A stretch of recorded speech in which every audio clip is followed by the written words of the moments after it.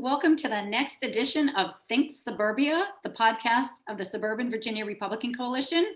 My co-host Mary Campbell and I are here with a new guest who is a candidate, Mike Ellers Jr. Mary, would you welcome Mike? Good to be with you guys. Yes, thank you. Mike, thank you so much for joining us today. We know that you are running as a candidate in the 50th. We are so excited to see this because you are challenging the most liberal, or certainly close to the most liberal delegate in the House of Delegates. So can you tell us a little bit about your background and what brought you to this point to want to do this? Sure. I was raised in a life of service. I come from a family of educators. So education was always key to me in terms of lifting up everyone. Without a good education, you cannot advance yourself, right? So it really is the great equalizer. Fought it as long as I could. I didn't want to be a teacher at first. My dad was a teacher. My mom's a teacher. My dad was a cop turned teacher. So he had an interesting path. And just working in different schools, you see challenges firsthand that Virginians are going through. And that's what, right now our schools are closed. So if that's not enough reason to get in, I knew I had to do something. Our kids are at home. They're not getting access to a true equitable education. A lot of the lessons are not differentiated because not all kids can learn through a laptop. And there's no leadership from Governor Northam or Lee Carter on this issue. Virginia right now is becoming a state that people cannot afford anymore, especially Northern Virginia. We know how that goes. More people are moving out than moving in. All the jobs might be here, but people in my school commute sometimes from West Virginia in because they cannot afford Northern Virginia especially. And right now in my district, from Manassas to Prince William, we are represented by a guy. He's out and about socialist, but, I think that's an insult to socialists because this guy had to Google what a socialist was in 2017 before he ran. So he's basing his whole ideology off of one Google search. So I don't even consider him a real socialist. He's just a completely reckless individual. So I, as an educator, as a member of the community, and certainly as a Republican, I had to step forward and really lead the 50th and Virginia on a better track. Well, we are very glad that you did that, Mike, honestly. So for our listeners, tell us a little about the 50th district, the geography, the demographics, and we'll get more into the specific topics later, but a little bit of that. Sure. So Manassas City is at the center of it. It goes out into Prince William all the way down to Bristow. So from Manassas City to Bristow, it's a relatively diverse district. Prince William County, I believe, still is the #1 fastest growing Hispanic area in the country. So demographics are changing. More people are coming in from different states, from the north, moving down to Northern Virginia. Right now, there's a ton of jobs with the introduction to Micron. So more homes are being built, more people are moving in, and Manassas is one of the more quote unquote affordable parts of Northern Virginia, at least for now, before they extend a metro out here, and then it won't be. But for now, it's a pretty affordable district. It's a pretty purple district. It was represented by Jackson Miller for a little while. He's a great guy. And then Lee Carter came up out of nowhere. And in 2017, obviously, there was a lot of blowback in Northern Virginia regarding the 2016 election. And they took it out, it seems, on every single Republican. And that's where we're at now. I do not believe that the people in my district are socialists. I do not believe he accurately reflects or represents Democrats, even in my district. I think in 2017, especially in Northern Virginia, it could have been a weekend at Bernie scenario. It could have been a corpse that had a D next to their name, and they could have gotten in. It was that much of a reaction. Feelings, especially when you lose, we know how it is. Feelings are strong. And I think that's what powered him through. And right now, he has really stretched his rubber band. At first, he was crazy, but now he is calling police a threat to public safety everywhere. He's criticizing private property even existing. So this is the guy that's way off the reservation. And I think the voters will catch on to him. Mike, I'd like to talk for just a few minutes about the education issues facing the state. I'm a former educator. I don't know if you know that. I actually taught 35 years in Prince William County. You taught Denver Riggleman, didn't you? Yes, I did. Yes. Oh, Okay, I remember that. Yes. What an honor and what an awesome congressman he turned out to be. And we're just so sorry that we lost him, of course. But you know, there's so many serious education issues going on in the state right now. What do you see as the major issues, and what ideas might you have for helping to make some changes? Sure. Well, right now, the number one issue facing us is that there's no solid plan to open schools. Yeah. We could all agree that we need to open schools. We could all agree that certain kids, you know, especially I teach in a heavily Hispanic area. Those children who are coming from other countries are now expected to learn on a new online program. Because we're online, they don't have proper access to their teachers or the specialists that help them. Our SPED students are really impacted by this decision. And let me make this clear. Teachers want to go back in. We want to do our best. You know how it is as a teacher. We put our own lives on the line every day. We would happily do that.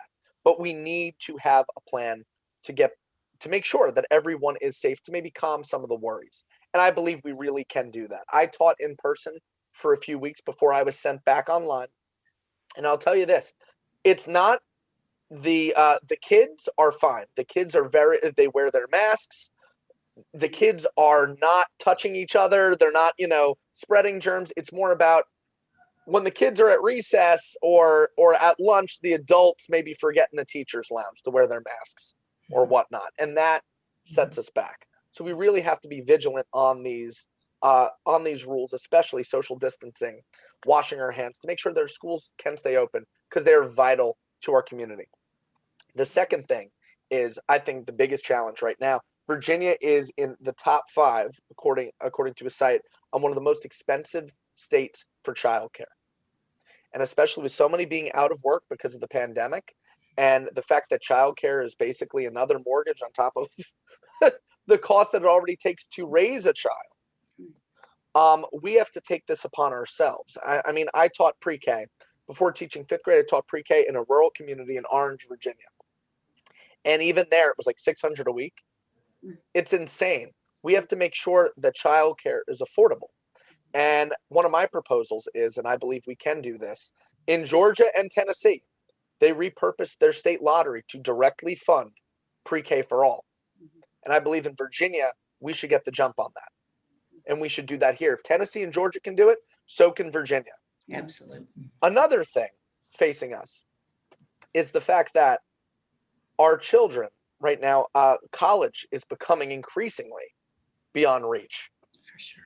And we have to push more dual enrollment programs to bring down that cost. My brother is he's almost a freshman in college, but he started out taking dual enrollment classes through a local community college, starting in 9th grade. Now, I did that too, but I started in 11th grade when they piloted the program then.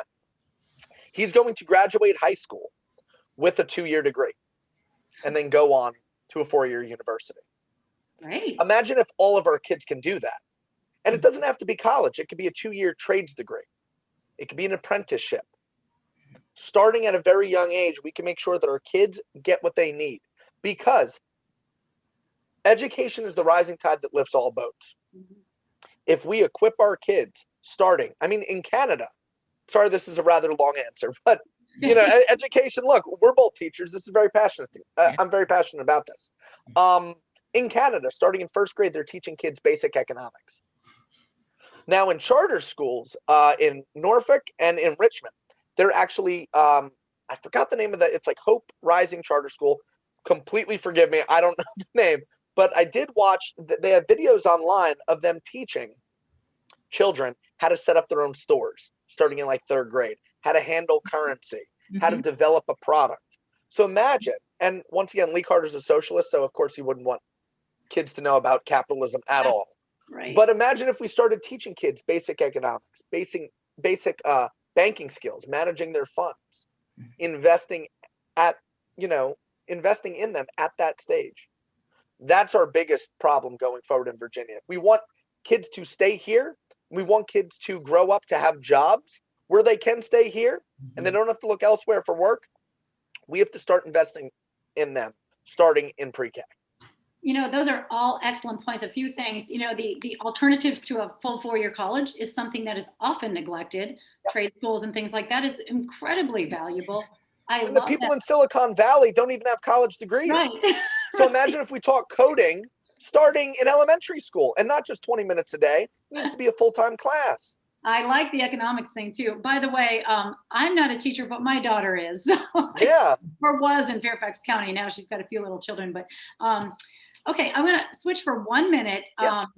I just want to ask about, because you mentioned Lee Carter before, what are the policies he's implemented that you would like to roll back that he has done damage in your district? Is there anything, that really stands out of him being in there for the last couple of years, just harming the potential for growth in your 50th district? Sure. Well, I mean, the number one offense is really his rhetoric towards the police. I mean, the fact that he tweets regularly that all police are a threat to public safety, and he sits on the committee that oversees their budget, I believe is a huge conflict of interest. Oh, yes. Huge conflict of interest. Our policemen cannot do their jobs. Now, I believe our policemen should be supported. I believe there maybe training needs to be expanded if those officers need that. We need to make sure that all of our citizens feel safe and that they can trust the police. And that's a worthy goal. But to start saying that our police are a threat to the community and to basically dangle the strings over them, I think is a huge, huge misstep. Because once again, if we cannot have safe neighborhoods, if we cannot have safe streets, then people move out. Then their tax dollars go elsewhere. Then the public schools collapse. Then the communities collapse. Your value on your home collapses. It's all starting there. He was also opposed to Micron. Micron moved in. And, I understand maybe the hesitancy with the tech company coming in. Of course, you don't want anybody coming from the West Coast. You want to hire locally. But they have grown. They have hired so many people in our district. They have created jobs. And he was willing to block that because it's one thing to be skeptical of tech or maybe, some corporate interests, obviously, right? Amazon, Walmart, we all get that. But if a company wants to directly invest in your community and wants to grow, you have to be pro-growth. Not all growth means destruction or a special interest being held over the town. Growth has to be steady. Another thing, look, do I believe those in minimum wage jobs should have the ability to be elevated? Absolutely. However, we should not be shooting for the bare minimum. He keeps talking about a $15 minimum wage, and that's going to cure everything, and that's going to solve income inequality. Now, look, minimum wage, a raise is due. We're at $7.25. However, it should either be done in incremental steps, and I believe the average minimum wage is like $11 or $10, which is reasonable to even a small business. But in the middle of COVID, once again, we could do incremental minimum wage. Yes, there needs to be an increase. But in the middle of COVID, there's certain things we shouldn't just say $15 because the mom and pop that can't even get 25 guests in is now not going to be able to pay half their staff. That's going to cripple everybody. So yes, we should be investing in people. Yes, if you are making the minimum wage and you have children, I want there to be an opportunity for you to get that increase. But it needs to be incremental, and you can't go from 7 to 15. Because the previous jump from before 7, it was like $5.85. I made that working at McDonald's. So $5.85 to $7.25 to 15, that's going to cripple people. And we can't allow that. Also, another thing, as teachers, right? Mary, we don't make any money, even in Northern Virginia. By Northern Virginia standards, we don't make a lot of money. So if you're going to raise a cashier's job to $15 an hour, and a teacher roughly makes approximately in the state of Virginia $29, well, shouldn't the teacher be raised? then everyone gets raised, and that income inequality that you talk about is still the same. We're just moved up. So it actually doesn't do anything. And it actually is estimated to cost the country 1 million jobs if implemented. Right. So those policies right now, it just goes to show me he doesn't actually care about the community. He cares about what the DSA tells him to do and what MSNBC tells him to do. That's where he gets his talking points. Micah, I believe the district that you're running from is a suburban district. Are there any other issues that you think are impacting suburban voters that you're concentrating on? Sure. Well, in addition, once again, education leading to better jobs, better opportunity, and public safety, which we have discussed. Transportation is definitely something I think that needs to be explored and utilized, and we got to go about it in a smart way, because I don't know if you guys have been down Sudley Road lately. It's a mess. 2 lanes, 3 lanes, but it's still, the traffic is killing us. We have to find ways to alleviate traffic. We have to encourage our use of trains. So we have to really invest in new ways to fund transportation and to encourage different ways of transportation. Even if you wanted to cut down maybe and carpool in like an Uber, by the way, which, look, Lee Carter is a Lyft driver, right? So maybe if we wanted to cut down the costs, if we wanted to utilize Lyft drivers, train use, if the metro does extend out there, which I've heard rumors that it's coming to Manassas or the Gainesville area, that would really help the people of our district and really get some of the traffic off the roads, because it's getting really crazy out there. Another suburban issue is really, like I said, job creation. And right now we have to make sure that our small businesses are protected and that they remain alive right now. Because, throughout, if COVID's hitting them and Lee Carter's radical policies are hitting them, they won't be able to hire those kids from high school. They won't be able to hire those kids that want to maybe make a little money on the side. So it's very, very important that the Republican Party sticks up for small business and for public education, because right now, far too often, especially in this current debate, a lot of people want to just jump ship and go to private school. But here's the thing, public needs to be able to compete with private. Most of our people in our district and in Northern Virginia, the suburbs, go to public school. We have to make sure that our schools are open, that our teachers are well paid and trained, and that our kids get a decent education. Right. All excellent points. So one quick question, are there any other concerns specific to your district that we have not touched on? Just a few minutes. Sure. Yeah. I will say, honestly, we've covered it. In terms of transportation, education, and fighting Lee Carter's radical left agenda, especially when it comes to public safety. Because look, Northern Virginia, the more people come here, crime will increase. We have to really make sure that our policemen are well served and that they are trained properly and that they get an increase in pay, because that's about time. Instead of threatening to defund the police, we should fund the police. Right. And make sure they are fully funded, because if you're only going to pay, let's say 45 grand, that's not enough for someone to, that's not enough. That's not enough for what the men and women in blue have to do. And that, once again, if you pay more for teachers, if you pay more for cops, you're going to get better results. You're going to get better people. So in terms of, we've I think covered the bases. It's education, public safety, transportation. That's not only going to get Republicans and me across the line in November, it's what's going to take back Northern Virginia. And it ties directly into what you guys are doing. These are the issues that our listeners and our voters care about. Right. Well, Mike, we'd like to thank you so much for joining us today. I haven't had the pleasure of meeting your wife, Corinne, but certainly we're most appreciative that she is working with you to achieve this very important goal that you have. So we wish you the very best, and thank you again for joining us. And we have a baby on the way. So wonderful. she's also supporting me there too. When is the baby due? April. Oh my gosh. Wow, soon. You know the day in April? I have a granddaughter turning 1 in April. It's supposed to be the last week of April, but they're like, it could come 2 weeks early, it could come 2 weeks never late. And I'm know. like, I just don't know. So the whole month of April, Yeah. April to May, I'm very excited, and that's why it's so important, so important to fight for a better Virginia, because I want my son to stay here and be able to go to school here and be able to get a job here. Absolutely. And not jump ship to North Carolina or Tennessee or Maryland's cleaning our clock. They are. So really, I mean, Larry Hogan is completely cleaning our clock. Yes. We got to make sure Virginia is back on track. And it starts with right here in the 50th, getting rid of a radical socialist in office. I love it. We always kind of end up with asking for anything personal in your life. Well, there's a big one in your There you go. Excellent.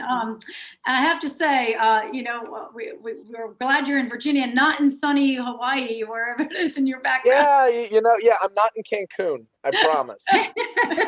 But basement renovation, you know how it is. I mean, it's been a time suck. So Right, exactly. So can you tell us, if somebody is interested in learning more about your campaign or getting involved, can you share your website, social media? Yes. Go to votemikejr.com, votemikejr.com. My Twitter handle is MCHL Allers Jr. And that's my Twitter handle and Instagram handle. I'm also on Facebook, Mike Allers Jr. I have a page set up for the delegate race. I also have a personal page. Friend me, ask me any questions you have. I'm also willing to take up your issues as well. I have, once again, I'm listening to you. Take a page out of Fraser Crane's book. I'm listening. Just hit me up, and I'll get back to you as soon as I can. So, but I really, really appreciate you guys for having me on here, for really getting out the message that this is a real race to invest in, and this is a race I really, truly believe that will put a crack in the Northern Virginia blue wall. Awesome. I love it. Yes, I love it. Well, on behalf of Mary and myself, we thank you for being here, and wish you luck, and we'll be in touch again, I am sure. Thank you to our viewers for listening to this edition of Think Suburbia, the podcast of the Suburban Virginia Republican Coalition.